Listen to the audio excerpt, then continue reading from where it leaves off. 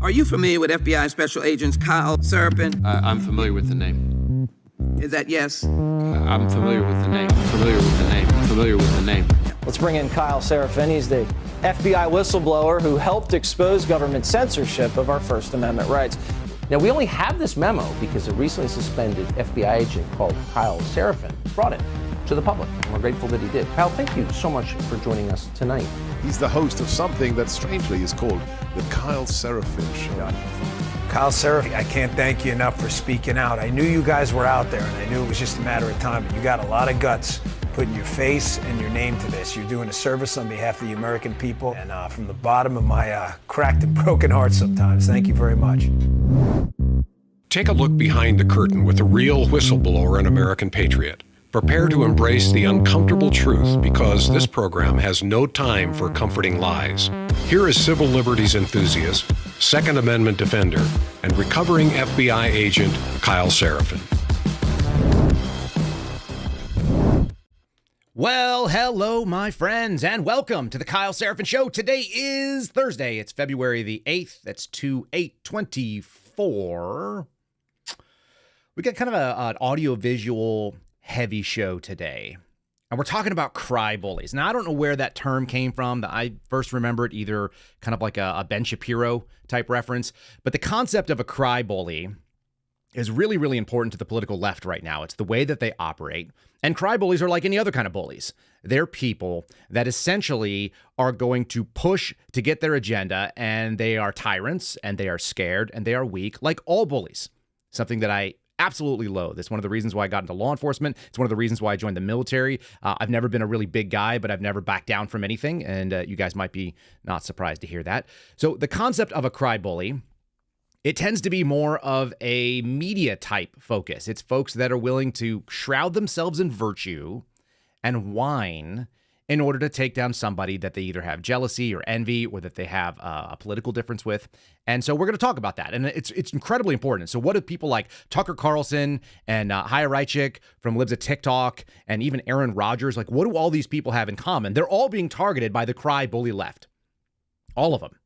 And they all see it, which is great. And we all see it, but we have to at least be discussing this information. We have to at least know what it is that we're seeing in order to combat it. I think it's the most important thing. So we're going to cover a bunch of that stuff. And you won't be surprised to learn that our FBI, my ex-girlfriend, if you're new to the podcast, then that's what we call her here. The FBI, the ex-girlfriend, is also a cry bully. One of the most powerful organizations in the federal government, one of the most powerful organizations probably in history when it comes to the ability to wield power in this powerful nation, and yet wants to whine about unfair treatment on social media and so on. We've got a fun little story. I'm going to give you some backstory on it. And Steve Friend strikes again. I'm just kind of looking through here. We've got some additional nonsense going on where a baby was abused. We're going to talk about what that means in a daycare setting and why there's trannies that are working in daycare settings. We're going to try to get canceled off YouTube today, I guess. We're going to talk about the Hawaiian Constitution and a recent Hawaiian Supreme Court decision that actually is undoing freedom over there and how that's all related, which is a lot of stuff. It's a lot of stuff to cover down on. It's not a light day. Let's get started off at least with a thanks to our sponsors. Actually, let me start off before that with a thanks to you. I just saw, as we went live, Sunrise Kettle just became a monthly supporter. I wanted to thank you for jumping in and supporting the channel. Folks, if you want to do that, you can join us at rumble.com/Kyle Seraphin. Again, rumble.com/Kyle Seraphin. That's where the live chat is. Some of the nicest people that you'll ever see. It's different than any other live chat that you'll find. And why is that? It's simply because the people are better. You come here for the content, you stay for it. They're not attacking anybody. What they do is they have this awesome discussion that goes on, and then I think they have to go back and rewatch the show, or maybe they download it. So if you've never joined us live, that is a cool opportunity for you to do. And let's start off with the sponsor read. Like I said, I want to get right into it. But first, here is our friends over at Contingency Medical. Go to contingencymedical.com. Prepare yourself for the possibility of getting sick. There are sick people in the Seraphin house right now. I can't afford to do that every single day. I've got to come here and hang out with you guys. Contingency Medical, that's what I'm rocking with. Look at this. You're going to hear the zipper. Zip. This is the case. It's a black case. It's about 6 inches by 8 inches by 3 inches thick, 2.5 inches thick. And what does it have inside of it? It has all of the pharmacy that you can carry in your pocket when you travel or even when you're at home. It comes with an antibiotic usage guide for things that are common, like traveler's diarrhea or urinary tract infections or cellulitis, which is a skin infection, otitis, media, which is an ear infection, all the things that could take you down, nausea, vomiting, et cetera, anything that would take you out of the game when you were in your travel, whether you're doing it for work or for pleasure. There's nothing worse than being on the road and not having that access. You don't have to go to the doctor at the time. You can go to a doctor in advance. You go to contingencymedical.com, use the promo code Kyle, K-Y-L-E. Again, K-Y-L-E is the promo code. Save a couple bucks. Let them know that we sent you. And what it does is allows you to meet with that doctor first, bring your pills with you, and then you know which ones to use. And the doctor is available to you in a telehealth setting on their website. It's a great idea. It's a prepare option as opposed to the repair, which is like, trying to solve problems when you're already sick. There's nothing worse than problem solving when you're sick. I hate it. They've got other stuff out there too. You can check. They're adding different types of things, prophylactic. You can get, things for anaphylaxis, which means you might want to have an EpiPen. There's all kinds of this kind of stuff. Great company. Really, really excited. And you guys can always hear it. I know you can. Contingencymedical.com, promo code Kyle. All right, let's launch what we've got right now. Let's start with the story from Stephen Friend. Is that fair? Is it fair to start with the Stephen Friend, or is it fair to start with what I promised you about Black History Month? We're going to try to just not do Black History Month. Here's Morgan Freeman again. You're going to relegate my history to a month? I don't want a Black History Month. Black history is American history. How are we going to get rid of racism? Stop talking about it. Just stop talking about it, folks. That's all you got to do. Just stop talking about it. Nobody wants it. Let's talk about Steve Friend and what he's got going on. Okay, backstory on this. The backstory is Steve Friend and I continue to run what we'll call loosely sources, but they're friends. These are allies that are looking at the FBI, our ex-girlfriend, and saying that she is abusive and she is out of line and she is stepping right in it. And we don't want that. Not for America, not for people that we know in the FBI. It's bad. And so we expose things on a regular basis that hurt their feelings. This is the first time I've ever seen this done. Steve got a copy of an email, which was written by a woman named Jacqueline Moore. She's the assistant director of the FBI's training division, which means she's the top dog at Quantico, and she runs all of the field training and all of the new agent training and all the new analyst training and all of this kind of stuff. Now, Jackie McGuire, you might be like, hey, I remember that name. Who is that? It's Jackie Puts Down Pooches in Philly. She's the one that shot a dog in the street. Whether you agree with me or not, doesn't really make a difference. It was outside of the DOJ's deadly force policy because protecting your dog is not a person, even if you feel strongly about it, and you can't do it in a city street. And actually, the dog was on a 3-foot leash. So what does that tell you? A 3-foot leash dog, you can't control your own dog. You go out and shoot somebody or something on the streets of Philadelphia. Major problem. Should have been an issue. Luckily for her, she's a female and a diversity hire. So your classic, what we call boss babes, which we despise, me and the rest of the suspendables. But this woman is now in charge of the training division. And we got a copy of an email. Now, why did we have this email? Because Miranda Devine wrote a piece in the New York Post. And it basically said there's a bunch of FBI whistleblowers coming out. We covered it on the show. They are current and former agents. And what are they doing? They are saying exactly what is true. Standards have dropped. Chris Wray is lying about what's coming through the academy. We're getting garbage in, garbage out. We're hiring more woke people, more less experienced people, all kinds of weakness.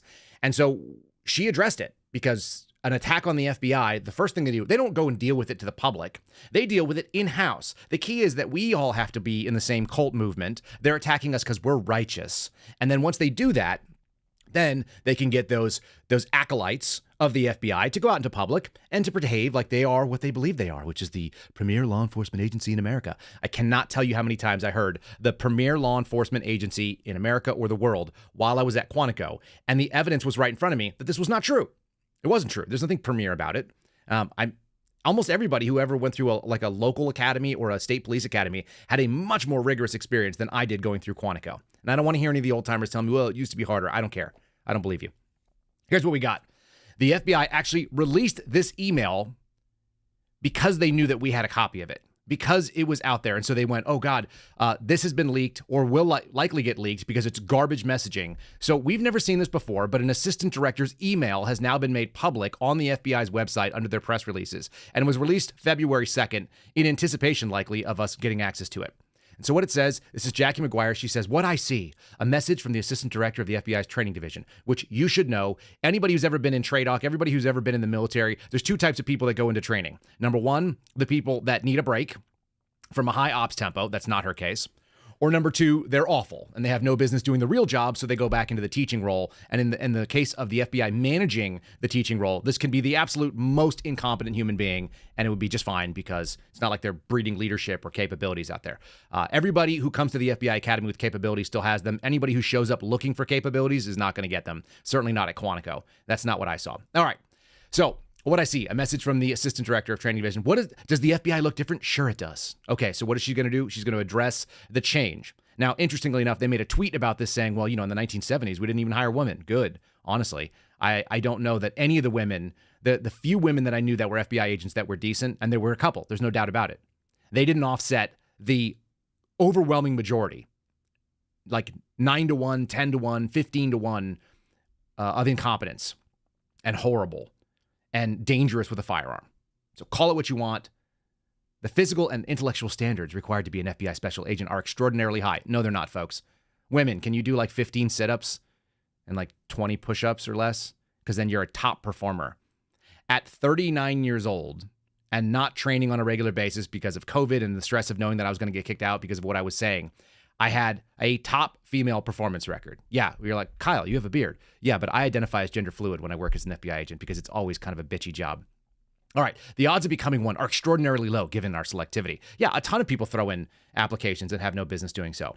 Here it goes. How to best address the recent criticisms that unfairly and inaccurately derided the FBI for recruiting and retaining unqualified candidates allegedly to meet diversity hiring goals. No, we're just quoting you because we've seen the inside scoop and we know that you are actually going after it. We know that you were actually sending emails out, that Jennifer Moore, the former boss of the Human Resources branch, was literally dropping standards in order to get black applicants to come back because they wouldn't come back after they failed a PT test, which is fine. They just moved on with their life. I got no problem with that. She says, as I see it, the head of the FBI Training Academy at Quantico, Virginia, I see the men and women who arrive here as new agent trainees are remarkably arduous application process. I see them study and train and learn and grow. Yeah, and cheat on their spouses and engage in adultery and other sort of things that would be problematic for someone with a national security clearance, having bad financial decisions, not being able to meet their bills. Anyway, but that's fine. And that's what they do. Crying, lots and lots of crying. I've never seen adults cry more than when I went to the FBI Academy. I don't mean to make this a bitch fest on my fort, but I'm just telling you, this is the saddest thing that I've ever read when I'm reading this. This woman is completely deluded, but it's part of that self-licking ice cream cone, that self-stroking circle jerk of an agency. Here they are talking about how many agents they graduated. 900 new agents. In 2022, we graduated about 1,000. Listen to this. That means that they replaced roughly 2,000 agents in 2 years. They have a total of less than 14,000. And the career path is supposed to be 20 years. The issue is that they are hemorrhaging real agents who are retiring early that they weren't counting on, and they are hemorrhaging people that are like, this is garbage and I'm walking away. And that happens all the time now. It's happening at a 4x rate than previously existed in any previous generation. In those 2 years, okay, so they graduated 2,000. They received more than 48,000 special agent applications. So what? Most people are disqualified. They're actually saying that if you clicked on it and you even have mental illness and you can't even finish the application, that's going to be an application. It would make them one of the most selective colleges in the world. Of course, they would compare themselves to academics, on and on. Contrary to critics' claim, and from anonymous critics, every new agent must pass high physical fitness standards. Folks, look for my Twitter. I'll put out what the fitness standards are. They're not that impressive. Your basic grunt in the military can do a lot more. Just saying. Here's what they claim that their classes have. On average, more than 50% of the new agents came from the military or law enforcement backgrounds. I highly doubt that. It was 30% in mine. There's no way they're recruiting more right now based on what they're doing. Approximately 48% had advanced degrees, and the average age was 29 years old. At 27, I was basically moron. So you've got people that are just outside of their moron range. That's good to know. And then, of course, many of them have families and they decide to go and cheat on them. And that happens almost to a man or to a woman in my case. When we looked at what was going on, I think of the 8 women that were in my class, I think 7 of them either lost their marriage or committed adultery while they were there. So that's pretty incredible. Like I said, compromised. Compromat is the name of the game here. Shooting a dog. Compromat, the name of the game. And standing still would be an enormous mistake. It's a disservice to the public. They're not just changing their classes, they're actually doing it, and for the better, and so on and on and on. The classes are more diverse because diversity and its many incarnations make us better able to meet the challenges in the world. That's false. What makes you better able to meet the challenges are having the best agents, which they are not recruiting. On and on and on. I've heard critics complain that the new agents refuse to put in the long hours work. We just heard that from an agent that I know that I didn't even get along with, but was a hell of a workhorse out of the Washington field office. And he just was complaining to people that I know, saying the new agents won't put in the time. So it's happening, whether she likes it or not. Just because she's a senior manager doesn't mean she understands anything. She said, when I led the Philly office when she was shooting the dog, she saw new agents working alongside the more senior ones, running a significant counterterrorism investigation, which you'll know as entrapment, to arrest a 17-year-old who'd been communicating with a terrorist network, also known as entrapment, and try to purchase the components of an improvised explosive device. Was that 17-year-old completely fraudulent investigation? Was this the same kind of thing that goes on in the Whitmer case? Yeah, because that's what all the counterterrorism investigations look like. They all are morally equivalent to entrapment. You guys, you hear it here. I'm saying it over and over again on purpose. Now, here's my real problem.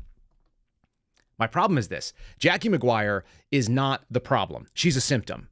She's a symptom of an agency that promotes people that have no business being in management, because the best managers, and most of you who've been in the military already know what I'm talking about. If you've ever been in an organization where somebody is like, we're looking for a leader, and it's the first person to put their hands up, I don't want to do anything with that person ever. They're almost always terrible. The people that self-volunteer, that think that they're the best leader, suck. They suck almost to a man or woman, because they've self-assessed it. The people that I want to work for are the reluctant, the humble, and the capable that are forced into the position and they refuse to see someone do a bad job at it.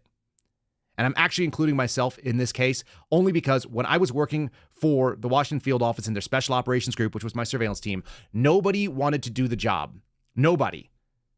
And I stepped into it very reluctantly, not because it paid more, not because it was prestigious. It was actually a pain in the ass because I had to supervise like guys who were 20 years my senior who were drunk on the job, but I didn't want the job to be done poorly. And that's the only reason to do it. And I told my boss in no uncertainty. My boss was a former Ranger and a West Pointer and an HRT guy, which means he was a tactical dude. This is what it looked like. I said, I will do the job that you're asking me to do, but I don't want to do the job. I have no interest in doing the job. You're not doing me a favor to do this job. I will do this job until you find somebody better.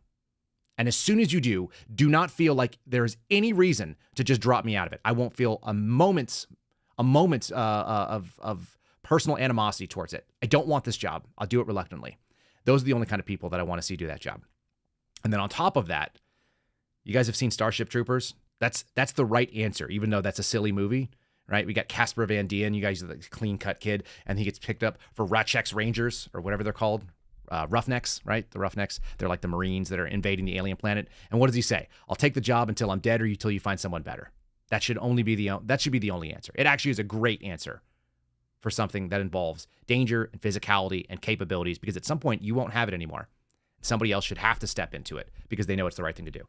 Gross stuff, all this. It makes, like I said, I'm going to tell you more about Jackie in a second and why she's just a symptom. We're going to dig deeper into that for a moment. Let me just do a quick sponsor, and let's say thanks to our friends over at 4Patriots. You guys know how to get there. It's 4patriots.com/Kyle. Again, the number 41234.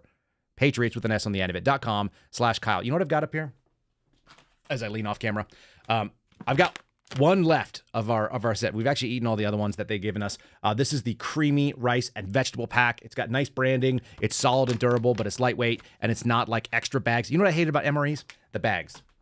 They give you a bag and then an inner bag and another bag and another bag. And there must be some sort of like value to that. That's why whenever you get an MRE in the field, you field strip it, which is to say you tear it out and you get it down to its base components. They already come like that from 4Patriots. All you need to do is buy their pack, open up one pack. It'll have a bunch of little ones, throw in whatever calories you want to take with you. And there it is. You just roll out and have access to calories, which are great in emergencies. So you don't become a grump and be lousy at your job. Again, it's 4Patriots, the number 4patriots.com/Kyle, or you can just use promo code Kyle at checkout. They're all over the place on social media. As you guys see, they've got all kinds of gadgets and gizmos. You guys can check into their current specials. If you go to that 4patriots.com/Kyle, you'll see the landing page, which is whatever the current deals that they're offering. And it's the same for anybody else. They're not giving anybody a better deal that doesn't work with us. So check out 4Patriots and support our sponsors. Make sure you're prepared.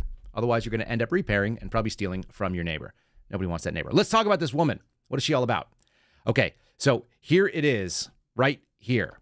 This is the press release naming Jackie McGuire, Jackie 2 Mags. I don't know why we started calling her that, but one of my buddies did, and I like it. One mag for the dog, one mag for the job. Director Ray named her the Assistant Director of Training Division. This goes back to September of 23. She was originally assigned to the New York field office. She joined to be a special agent in 2000. Okay, let's look at these numbers. When you guys see these, I want you to be able to check it out. When you start as an agent, she probably didn't start on January 1st, but let's say she did. She spends 5 months at Quantico. That's standard. Then she comes out and she works for the JTTF. She was the lead investigator for the 5 hijackers into Flight 77. Do you believe that? I don't either. You know why? Because she was a brand new agent. No way. In 2006, she was promoted to supervisory special agent. Hold on a second. I thought we just joined in at the very best case scenario. She was a new agent in the middle of 2000. And then in 2006, she's a supervisor? Oh. Do you know who gets to be a supervisor in under 6 years in the FBI? The person that puts their hand up and says, I want to be a supervisor. Let me be in charge. That's the worst leader there is. Every single time. 5 years worth of investigative experience, less than me, less than Steve Friend, probably less than Garrett O'Boyle if you include the work that he did as a police officer. Less time doing it. But of course, she's earned many awards, like the Attorney General's Award for excellence in furthering the interest of U.S. national security and the AG Award for distinguished service. Why? Because she's a chick. Because she's married to the FBI and she has absolutely no capabilities. She was in Washington at the Counterterrorism Division, which is the entrapment factory.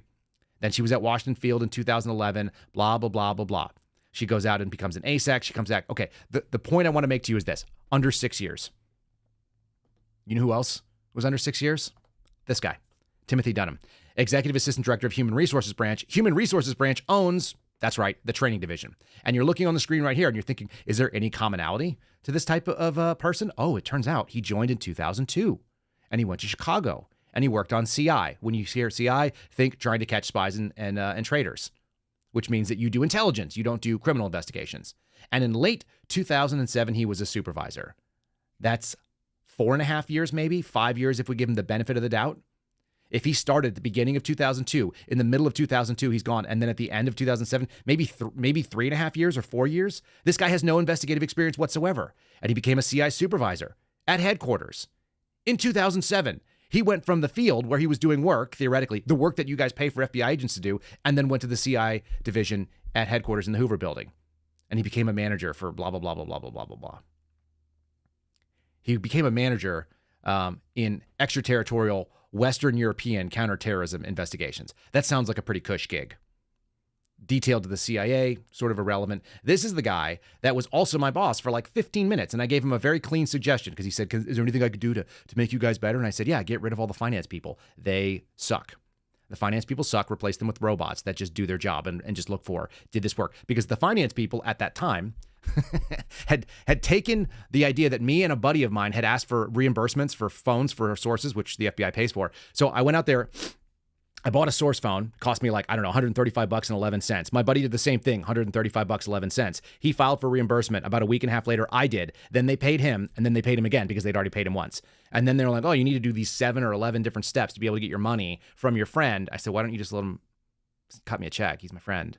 We're buddies. Why don't you just write that that's okay? I don't want to fall foul of policy. And that's the crap that you waste your time with when you're a federal agent, because you have losers like Tim Dunham who've only climbed the ladder and have never actually done the work and don't know what the real problems are of doing the job, the administrative crap. They don't do any leadership. They just do this. Again, less than 5 years of investigative experience. These are the people that are running the training division to put out new agents. And you wonder why we suck. This is actually going to all tie in. You're going to see in a second. It is going to tie in. I've got a video here of Nikki Haley, speaking of people that suck, and I wanted to play it only because what it shows is the bullying game and the media game. The media fluffs up the FBI in a huge way. They continually act like they are somehow like a bastion of truth or capabilities. All right? And we know it's not. And so we look at the other people that they're putting up. Who are they? They're puffing up. Jen Psaki, Sideshow Bob, whatever her name is, Karine Jean-Pierre. They're popping up a Nikki Haley. They're popping up even Republicans who are squishy. And this is going to tie in as well. I want to play this little video. This was the response from the Haley campaign. The only thing I want you to watch in this video is as you're watching it, notice that she never actually opens her mouth all the way to speak. Her teeth are always closed, which is why she sounds crazy. And she sounds crazy because she doesn't have natural teeth, because there's nothing about this woman that is legit. It's all gross. It's all fake. She put teeth in that don't even fit in her own mouth, and now she can't talk. But she is getting puffed up. She's getting artificially inflated, and they're covering down on what should be a devastating loss. These people should lose on their own right. They shouldn't be able to succeed. And yet they do. And it's simply because of media jobs. And we're going to keep talking about these media jobs. Here it is. Does that situation in Nevada hurt a little bit? No. I mean, Nevada, it's such a scam. They were supposed to have a primary. Trump rigged it so that the GOP chairman, who's been indicted, would go and create a caucus. We knew months ago that we weren't going to spend a day or a dollar in Nevada because it wasn't worth it. And so we didn't even count Nevada. That wasn't anything we were looking at. We knew that was rigged from the start. Sure. Our focus is on South Carolina, Michigan, Super Tuesday. So if you look what we did in Iowa and you look what we did in New Hampshire, we're continuing to grow. That's what matters, I think, more than anything else. But look at what happened this week. Here you have Republicans lost a major vote on the border. Republicans lost a major vote on Israel. Donald Trump was found that he will not have immunity in all of these court cases coming up. The RNC chair is fired. All right, I'm going to cut her off right there because, one, I don't want to listen to her anymore. And number two, like, all those sound like victories. We're not giving more money to Israel. Like, who cares? Great. We're not going to do the stupid border bill, which is garbage. That sounds great. That means that James Lankford from Oklahoma has been exposed, and he's going to be a loser in this case. And Donald Trump, yeah, he was always going to have to do it. These are all just Hail Mary shots to try to move things, at least get some semblance of fairness, which we're not going to see. And so she's crying about a rigged election. Like, no, the election was set up, and you lost 2-1 to nobody. It's not like she went in there and she was like, look, I dominated the primaries. I killed it.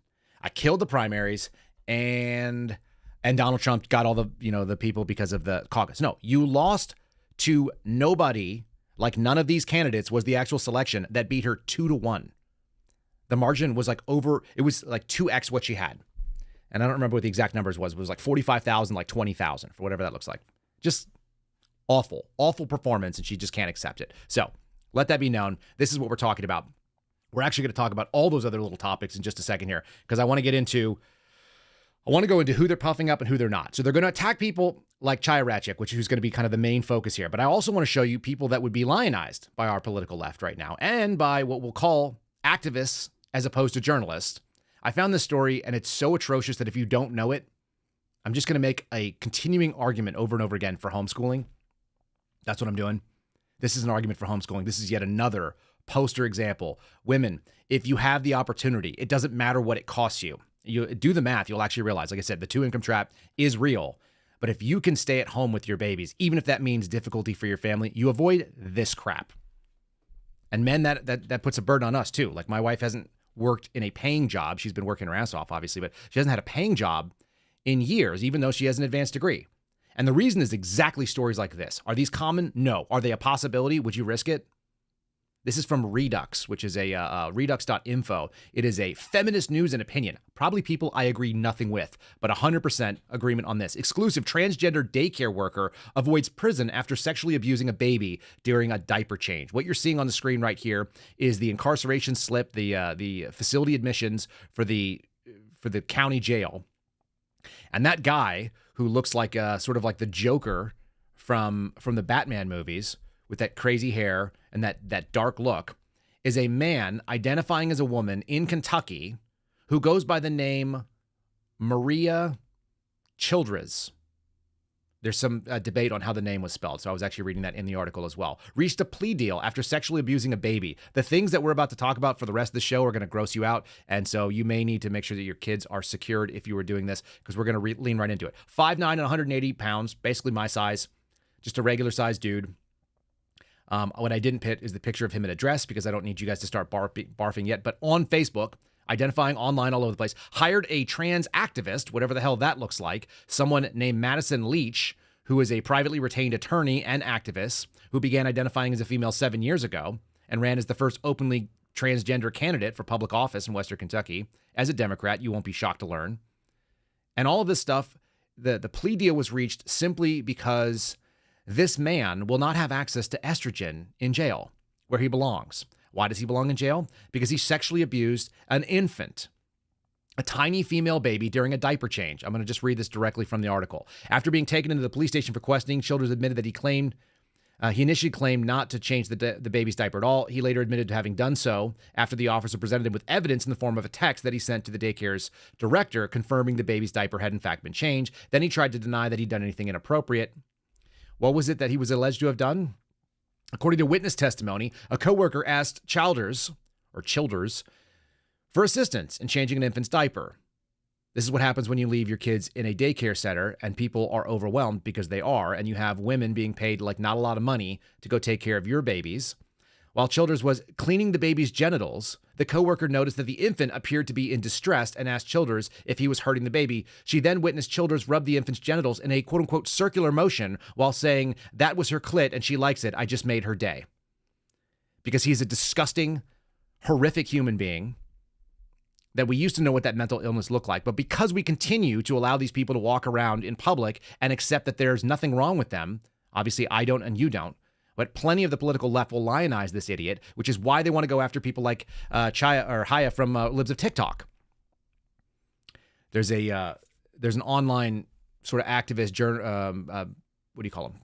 Attorney on Twitter that I was interacting with yesterday who said he wants to start making American-made guillotines. Somebody suggested maybe make a little small one for the small head and a big one for the big head and let them choose. I mean, American-made guillotines, not out of the question at this point, right?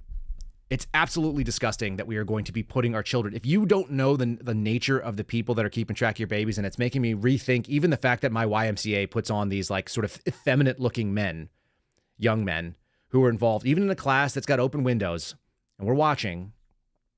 I don't know. I don't know if I can even continue even sending them into a YMCA. I may have to cancel the memberships. I don't want to see anybody hiring these people for jobs that interact with children because they are clearly not well. And there's ample evidence. If you're not following Libs of TikTok anywhere, then maybe you ought to. Maybe you ought to, so you can see just how ugly and how stupid, how disgusting it is, because it is truly that. But instead of them going after and saying, hey, there's a lot of pedophiles out there, we've normalized a lot of disgusting behavior. What they do instead is try to push back and act like we're the crazy people.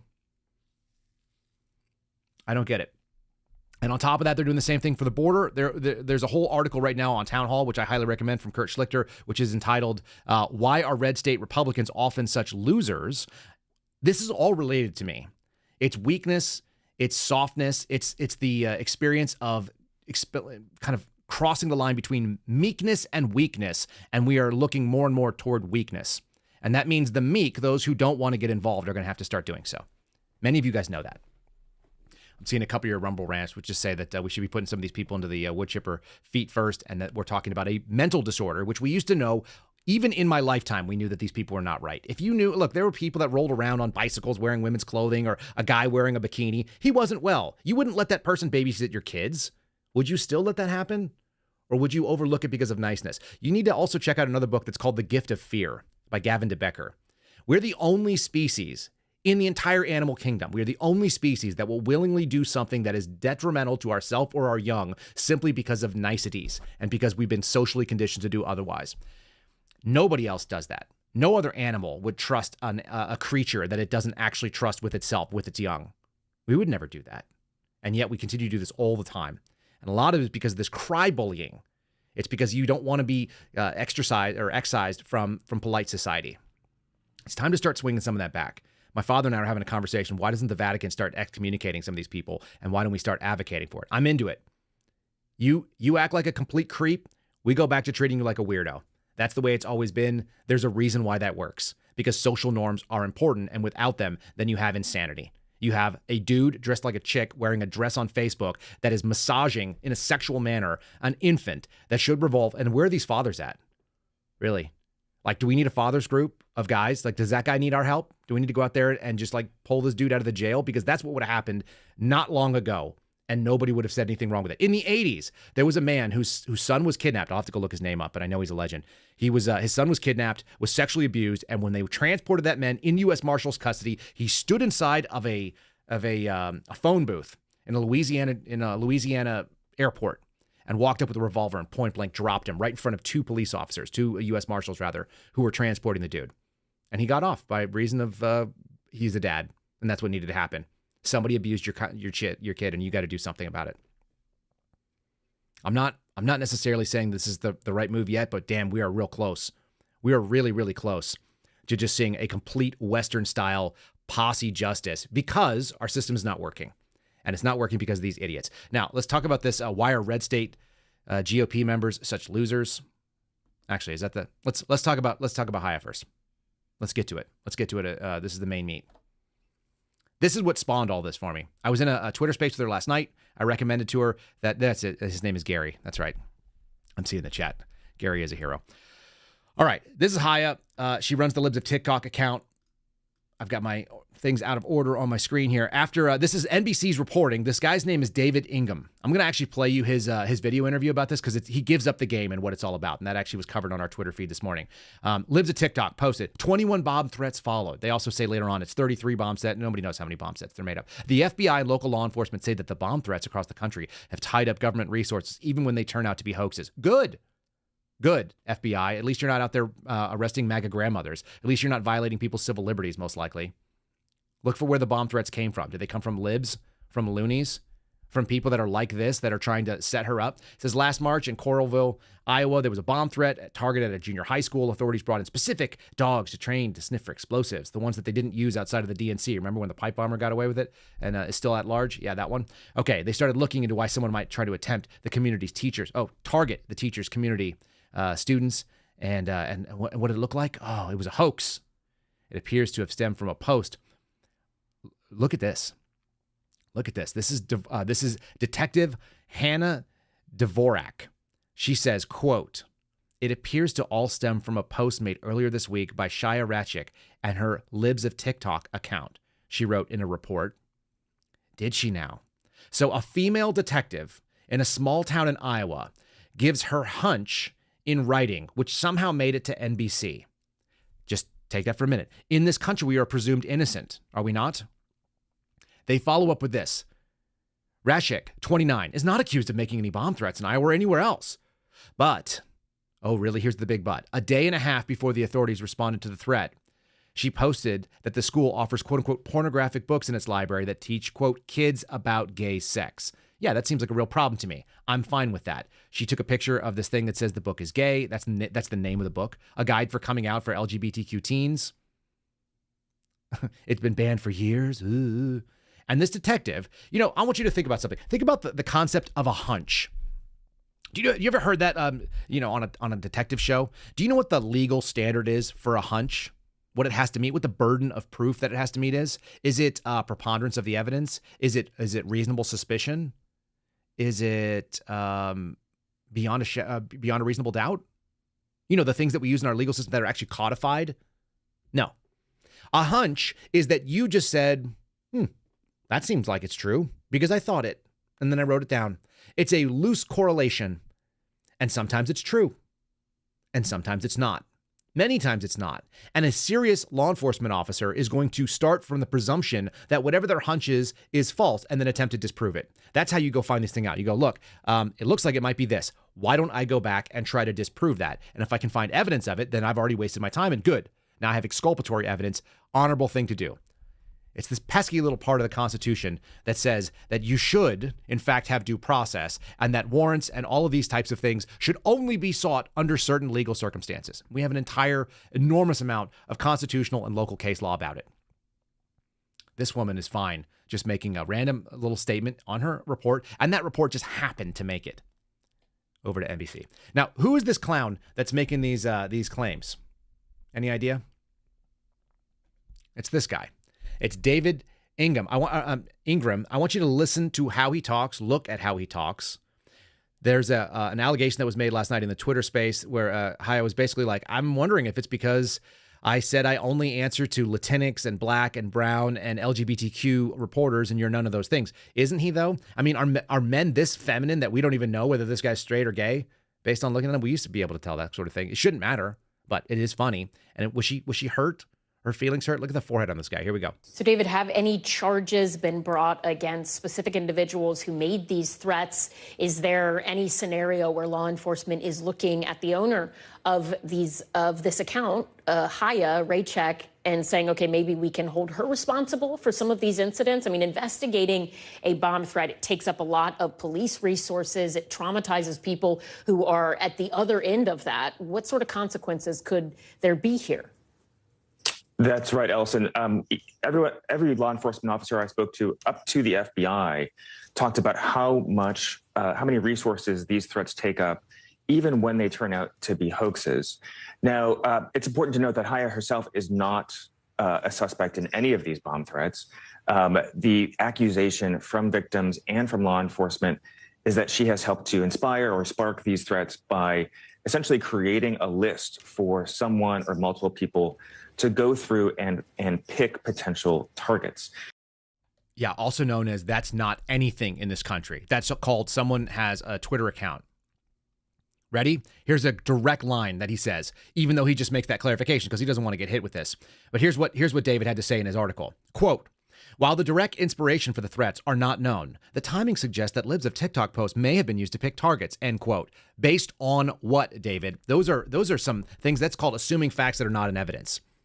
That's like saying that those pipe bombs had something to do with January 6th just because they just happened. Like Steve Friend said on the show the other day, there was probably a carjacking in Washington, D.C. on January 5th and 6th in Southeast or anywhere else in the national capital region. Do we necessarily know that they're related? No, we don't. That's what we call trying to find a chain of evidence to link these things. Meanwhile, you've got this guy out there basically inspiring hate threats. So here's my recommendation to you as listeners, as you're out there and you are following people like Tucker, people like Chaya, and you see somebody makes an actual death threat, which they do on social media openly, by the way. We got to take this person out. Someone needs to put a bullet in this person, whatever these ugly things they want to say. Report that to the FBI. Tie up the resources so they can't go after MAGA grandmas with that. Send it in to 1-800-FBI-TIPS. Why don't we let Jackie McGuire and her new squad of losers get to work? 1-800-FBI-TIPS is the phone number. You can leave it that way. And the second thing is you can actually go to tips.fbi.gov/home or just tips.fbi.gov, and you will be able to fill it out. You know what the crime is? It's 18 U.S.C. 875. That's interstate threats. It's Section B. Interstate threats are using interstate means of communications to make a credible threat of violence to somebody. Go for it. Report interstate crimes. Report federal crimes so that we can get our FBI out of the things that we don't want and let them run after this. They can run after bomb threats too. They can just run around and do nothing because we don't need them.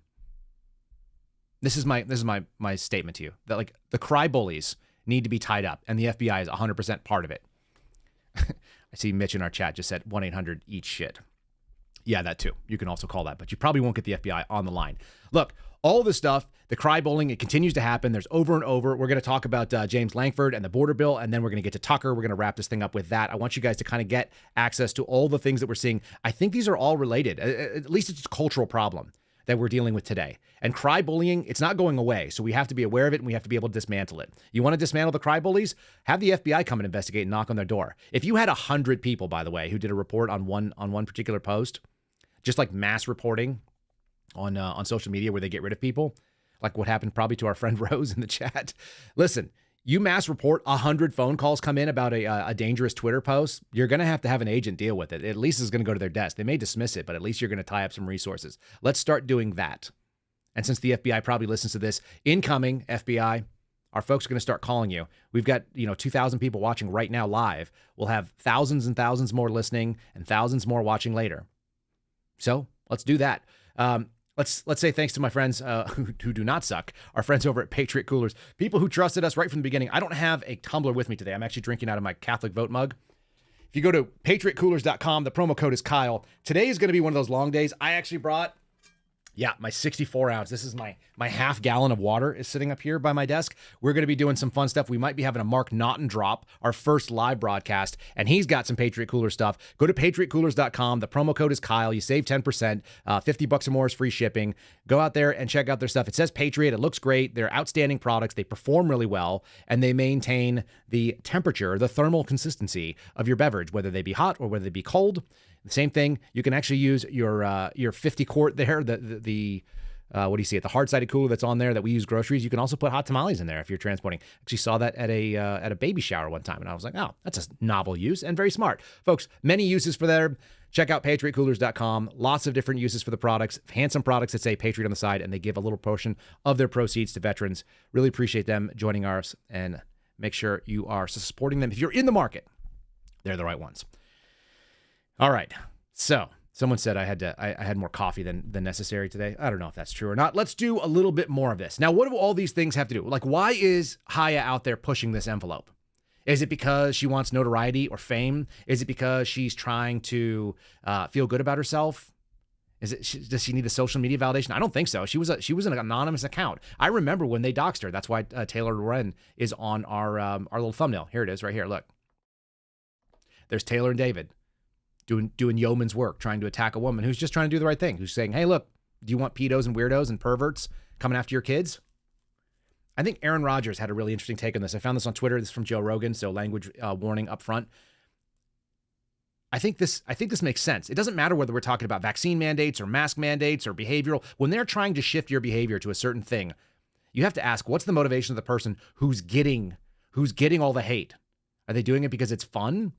Aaron Rodgers has a straight take on it, and I don't think Chaya wanted this publicity. I don't think Aaron Rodgers wanted it either, and I don't think Tucker needed all this hate coming at him because of the Putin thing, which will all be the same thing. Listen to his take. Yeah, it's just on and on and on through this whole thing. My thing is this, all of us who've been attacked for our position, to all those people, what do you think the fucking motivation is? Yeah. I mean, just look at my own situation. Like, I lost friends, allies in the media, millions of dollars in sponsorship because I talked about what worked for me and my own beliefs and my own health reasons why I didn't get vaccinated. Oh, by the way, you were right. Yeah. You were right. Look, you didn't need it. Look how quickly you recovered. You were fine. And same with you. Yeah. And what did they do? They changed the color of your face. they vilified all early treatments, including a medicine that has one of the safest profiles out there. That we've talked about it. The guy who invented it got a Nobel Prize. Yeah. They were using it all over the world, in Uttar Pradesh, in Africa, and various places. And that's what you do during a pandemic, right? You find ways to repurpose drugs for early treatments. But now they couldn't do that because if there's an early treatment, then they can't get the UA. Drugs that have been proven to have antiviral properties. Yeah. But what's the motivation for Peter McCullough, who got vilified? What's the motivation for Robert Malone? Well, if you know Peter McCullough, So he goes on to talk about how there are people of principle, and that's what it comes down to. When you're a person of principle, you're willing to get attacked for the right thing. It turns out, guys, that's what the suspendables are all about. And it turns out there's a lot of people in a bunch of different places that have had that same instinct. It's like, I might get hammered in the media. I might get hammered. I might lose friends over it, but it's right. And that's immutable. And so Joe Rogan's talking about it in the context of COVID. That's Aaron Rodgers doing the same thing, saying, look, I'm going to stand by my principles, and it's going to cost whatever it costs. Millions in dollars. Like, we can't even fathom that. Millions of dollars in sponsorships. Millions. More than most people will make in a decade, maybe more. And this guy lost that because he made what? A choice about his own health, and he held the line on it. That's what this is about. This is what this shirt is about. The last line. Here it is. Last line strength is be able to hold the last line, whatever strength God needs to give you to do that. I saw Garrett in the chat. He said he never loved Aaron Rodgers more. I agree with you, Garrett. I agree with you 100%. That's what it's about. The line is supposed to be people of honor. It's supposed to be people, the green line, which is our military, the blue line, which is our law enforcement, and the red line, our first responders in the medical community and firefighters. They're supposed to hold that damn line. And in the meantime, we're getting sold out left and right. And we're getting sold out by these people who keep looking squishy and weak and pathetic. And there's a great article right now, which I just read this morning from Kurt Schlichter, who does a great job of really hammering some of this stuff home. And the article is about this. Why are the red state Republicans such losers? Why do we keep losing, we being people who just want to see something done right, from ultra-red areas like Oklahoma of all things?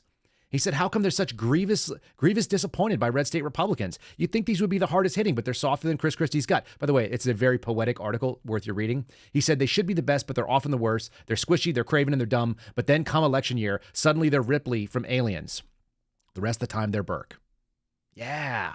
We're not talking about Susan Collins. We're not talking about the fake ones. We're not talking about Mittens Romney. No, we're talking about guys like Jim or James Lankford from Oklahoma, which should be so right-wing. I love this. He should be so right-wing, he makes Genghis Khan look like a San Francisco pinko pervert. But instead, given the chance to negotiate immigration reform, a proper reform which would consist of shutting down the border and getting rid of all the illegals, deporting them all, he calls him Jimmy, rolled over for Chuck Schumer and agreed to the most embarrassingly bad deal since a bunch of Dutch Sharpies ripped off the local indigenous peoples buying Manhattan for $20 worth of beads and some smallpox-laden blankets. This is a great article. He calls them all out. He says Jimmy's gooey, and so many other red state Republicans are too, because you can't get any redder than South Carolina. What do we got? Tim Scott, Lindsey Graham, Nikki Haley. So much for an actual conservative state. Why is that? And he answers it. I actually think it's not a bad answer. I don't know if it's 100% correct, but you've got guys out there that do hold the line, like a Mike Lee or a Ted Cruz, people who are far more hardcore. And then you've got people with what he calls the spaghetti spine squadron, which I absolutely love. We should all take that on. Wouldn't it be nice if we had some people that knew how to charge the line? And he said, the Republicans in red states don't have any competition. They're not going to get anybody else into office. So all of your Democrats basically run as Republican. And that's why we have middle of the road mediocrities getting reelected again and again and again. People recognize the name, which they always talk about the power of the incumbency, and they see the R and they shrug and they check the box and they go back to their lives. And then Senator Noodlespine will proceed to sell his votes out in Washington for 5 more years until the next election year when he pretends just for a little bit to be hardcore. And there's no comparable phenomenon. Kurt is 100% spot on. There is no comparable phenomenon. Look at the hard left areas. They elect the worst, the dumbest, the most insanely far left people. They keep doing it. It doesn't matter whether you're talking about California or you're talking about Massachusetts. Those people demand insanity and they get it. And in the meantime, we get these wishy-washy, weak dudes like this. Here it is. Here's Langford defending himself. He's actually calling out. He's being a cry bully. It's right here.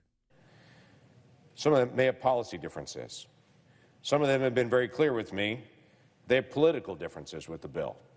They say it's the wrong time to solve the problem or let the presidential election solve this problem.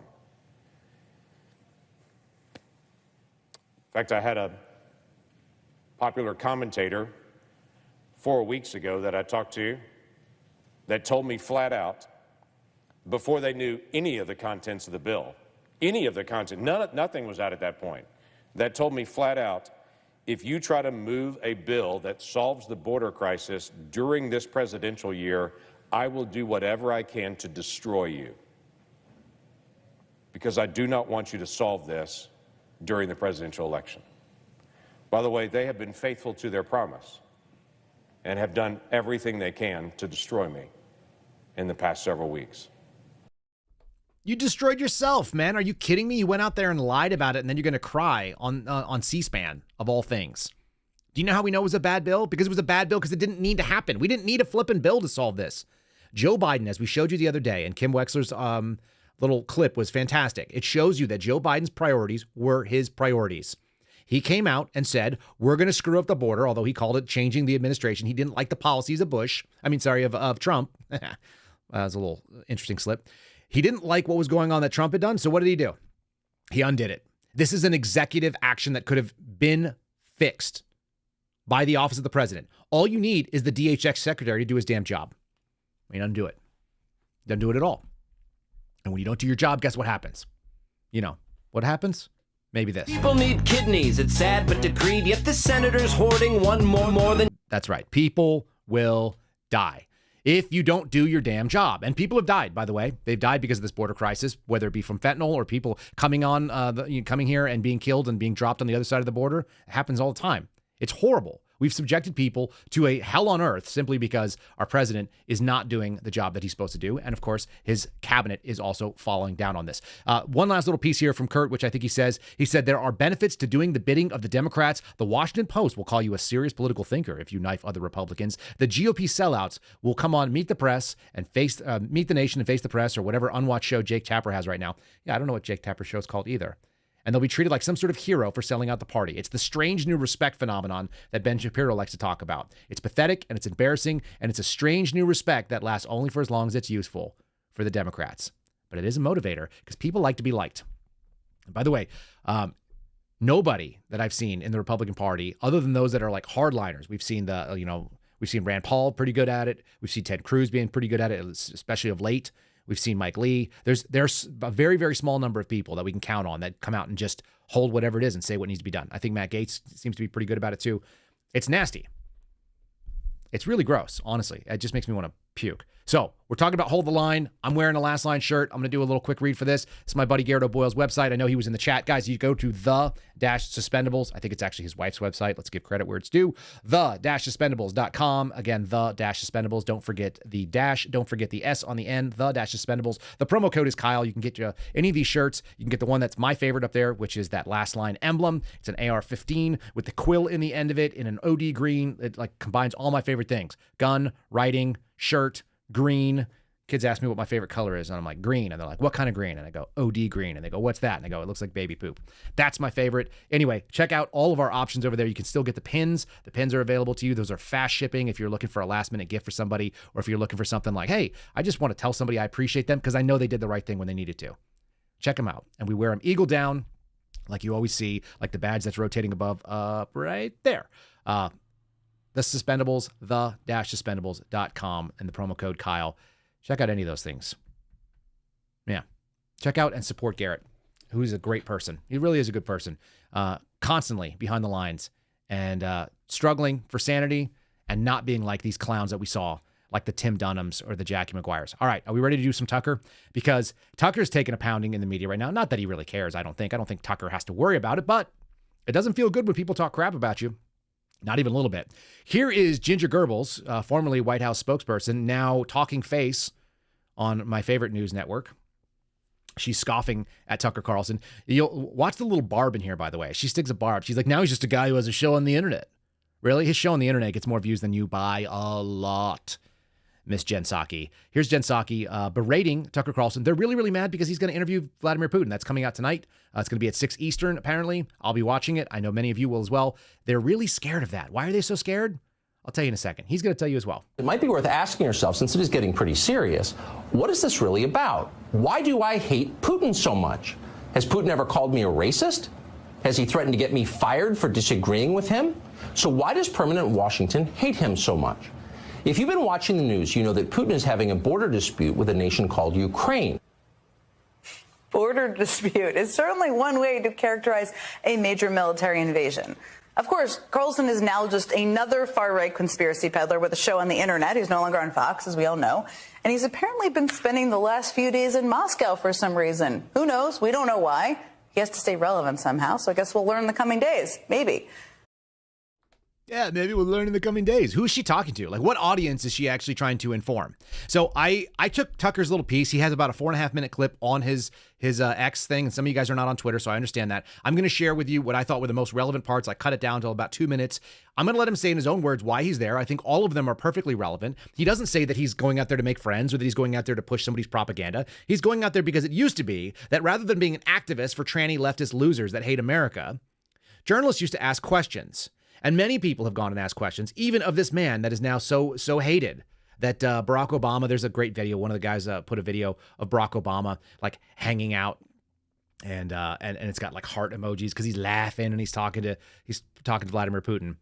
People used to be able to do that just a second ago, but only when it's their team, only when it's their side doing it. Let's listen to Tucker's own words on why. And I think he's spot on. So who better to tell you than him? We're in Moscow tonight. We're here to interview the president of Russia, Vladimir Putin. We'll be doing that soon. Here's why we're doing it. First, because it's our job. We're in journalism. Our duty is to inform people. The war in Ukraine is a human disaster. It's left hundreds of thousands of people dead, an entire generation of young Ukrainians, and it's depopulated the largest country in Europe. And yet the populations of the English-speaking countries seem mostly unaware. They think that as nothing has really changed. And they think that because no one has told them the truth. Their media outlets are corrupt. They lie to their readers and viewers. And they do that mostly by omission. For example, since the day the war in Ukraine began, American media outlets have spoken to scores of people from Ukraine, and they've done scores of interviews with Ukrainian President Zelensky. But the interviews he's already done in the United States are not traditional interviews. They are fawning pep sessions specifically designed to amplify Zelensky's demand that the U.S. enter more deeply into a war in Eastern Europe and pay for it. That is not journalism. It is government propaganda. Propaganda of the ugliest kind, the kind that kills people. Not a single Western journalist has bothered to interview the president of the other country involved in this conflict, Vladimir Putin. Most Americans have no idea why Putin invaded Ukraine or what his goals are now. They've never heard his voice. That's wrong. Americans have a right to know all they can about a war they're implicated in, and we have the right to tell them about it because we are Americans too.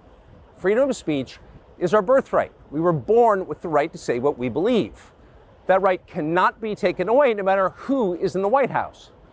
But they're trying anyway. They're trying anyway, but freedom of speech is our birthright. And the problem with censorship, which I will tell you over and over again, if you believe that they have a right to censor you, you let them know by censoring yourself. And so you have to push all of this information. You have to. You have to go out there and say the thing that might be unpleasant. You have to go be suspendable. You have to be Aaron Rodgers. You have to be Chaya. You have to be Tucker Carlson. You have to go out there and push the envelope and not allow them to decide what is and what is out of bounds. That's what it's about. It's real simple. It really is. Self-censorship is still censorship, and it turns out to be the worst kind, because what it is an admission of defeat where you have now internalized and taken on the censorship apparatus for yourself, because you are no longer willing to say the thing that you know is true. It's part of the reason why I like using the word retard. Why? Because you can't tell me what to say. If it hurts some feelings, so be it. That's part of how a democratic society, a constitutional republic that has principles is supposed to operate. We're supposed to know that there are some things that you just can't control about another person. Come tell me I can't say it. That's the next thing I'm going to say. And it's why guys like Dan Bongino are so successful. It's because people do not want to be told, no, they're human beings. We have a fundamental American understanding, and government propaganda, particularly the kind that motivates war, kills people. It kills people both a little bit inside and literally it kills people. It literally results in death. So we can't do that. And what does that death look like? It looks like normalizing insanity and craziness and awful things. It normalizes something that is not supposed to happen. I've got this video. I was debating on whether I was going to show it. It's not my dad joke of the day for you. This is what happens when you self-censor and you can't tell people that are mentally ill, nuts, pedophiles, perverts, weirdos, that they need help, because it's supposed to happen. It looks like this. This is a random dude sitting in New York. I have no idea who this guy is. This is another random dude. And this is probably a great metaphor for the city of New York right now. This is what's being tolerated when you're nuts. Look at this piece of shit. This is on 5th Avenue and 43rd Street, bro. He just climbed up on that fucking, on the garbage can, pull his pants down, he's taking a shit. This is fucking incredible. Look. Dude, this is crazy. This city is into some shit, man. This city is into some shit, man. Yeah, like a dude sitting on the trash can taking a shit in the middle of the public while a guy's commuting to work. That's how you get that. When you're not allowed to say things that are true, like, hey, bro, you probably need some help. Like, you're nuts. You can't do that. And you can't have the police go do that either. You start self-restricting and getting nuts like that. I mean, yeah, at least he wiped. That was the nastiest wipe I've ever seen. His cheeks do not fit on that thing. Also, why does that guy wipe that way? That is the grossest thing I've ever seen. Absolutely horrific. So thank God for people like Tucker Carlson. Thank God for people like Chaya. Honestly, thank God for my friends, the Suspendables, that are doing the work that they're doing. Thank God for Steve Friend pushing stuff out from inside the FBI. All of this insanity and not bowing to the cry bullies. We don't recognize their authority is what it comes down to. I don't recognize MSNBC. I don't recognize any of these idiots. I don't recognize Ginger Goebbels. That's what I call her, by the way. That's Jen Psaki. Sideshow Bob. None of these people. They don't have any authority over us. We're Americans. We have a God-given birthright to say what it is that's right, particularly when we're talking about things that are wrong and they affect our kids. And here's one last little thing, because we have a fundamental right to speak. That's number one. And we have a massive fundamental right to defend ourselves. Number two. That's the Second Amendment in the U.S. Constitution. It's almost in every single constitution that I'm aware of. If you find a state that does not have a right to keep and bear arms, please let me know what it is. I want to bring this story up because I promised I would cover it on Twitter today, of all places. And here it is. This is from Newsweek, which I love. I love Newsweek, right? Of course. Hawaii rejects Second Amendment interpretation in landmark decision. This is the Hawaiian Supreme Court. There's a couple little pieces on here. In its judgment, the Hawaiian Supreme Court said that the Second Amendment uses, quote, military-tinged language, well-regulated militia, and bear arms to limit the use of deadly weapons to military purposes. This is a novel and ridiculous interpretation. We've already had the U.S. Supreme Court rule on this. They're simply tying this up for longer. The court said that, quote, in contrast, there are no words that mention a personal right to possess lethal weapons in public places for possible self-defense. I want you to remember that piece there. The court concluded that we reject Wilson's constitutional challenges, conventional interpretation modalities, and Hawaii's historical tradition of firearm regulations rule out the individual's right to keep and bear arms under the Hawaiian Constitution. There is no constitutional right to carry a firearm in public in Hawaii. It goes on with a little bit more than that. You want to know how I know they're full of shit? I mean, and I just know it. Just remember this again. There is no mention of a personal right to possess lethal weapons. It's right here. This is the Hawaiian Constitution. This is a snippet. Section 7, searches, seizures, and invasion of privacy. The right of the people. Oh, just like the U.S. Constitution. The right of the people to be secure in their persons, houses, papers, and effects against unreasonable searches. That right of the people, is that the same people that have the right to keep and bear arms and shall not be infringed? Which we see in Section 17. The Hawaiian Bill of Rights mirrors the American Bill of Rights. It's the same wording. The people. So do they think that like the searched? Who are the people that have the right to be secure in their persons, places, and papers and effects? Who would that be? Of course it's the people. It's the public. It's the individual. You have an individual right to the government not coming into your space.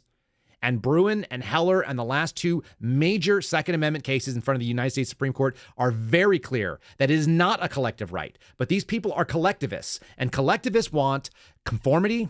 They want you to do what they say. They want you to follow the rules and shut your mouth and keep in line. And what we do, we call shut up and color in the military. You shut up and color and you stay out of the way and just do what they're told. Be a good little statist. The problem with that is that they're also trying to say that this weirdo, where is he at? That this weirdo is equally valuable, even though he has objectively terrible ideas. And the fun thing is that they want to lionize groups, and they also want to lionize the individual. You can't do that at the same time. Even though they're collectivists, they eventually are going to get down by atomizing the number of protected groups that you're part of. You're going to get to an individual fingerprint of an identity of one person. They don't make any sense. All you have to do is listen to their logic over and over again, and it falls apart on its own weight. It's garbage. And so that's why they're scared, and that's why they're angry, and that's why they're cry bullies. That is why they continually have to put on vestiges of virtue to try to stop you, because the facts are not on their side. Weakness is on their side. And we got to just keep pushing back. Last little piece is a little bit of hope. I found this clip. It was on Instagram. Then I had to go get it from YouTube. Then I chopped it up for you. It's a little short version. This is another advertisement. All these people are advertisements for homeschooling, by the way. But this is a fantastic little clip, and I'd never seen it before. It's really charming. From a movie, 2016, Captain Fantastic. I'm sure we'll get hit with a strike on this for copyright, but I chopped it up. This is a fair use of Captain Fantastic, a little about 2 minutes, showing the difference between what government schools will train your kids in the collectivist sense and what you have the ability to teach your kids in an individual.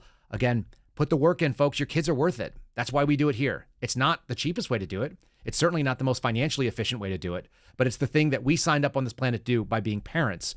We want our kids to have the best possible futures. Here's a little taste of this movie. I've never seen this movie. I'm going to go out and watch it now because I absolutely love this small clip. Harper and I have been talking. The kids need structure, stability. They need to go to a real school so they can get real jobs. You're gonna get them killed. Sorry, but your kids are without a mother now. I don't think you have any idea what you're doing to them. I'm saving their lives. Jesus. They're children. They need to go to school. They need to learn about the world. Justin! Jackson! Would you please come down here for a second?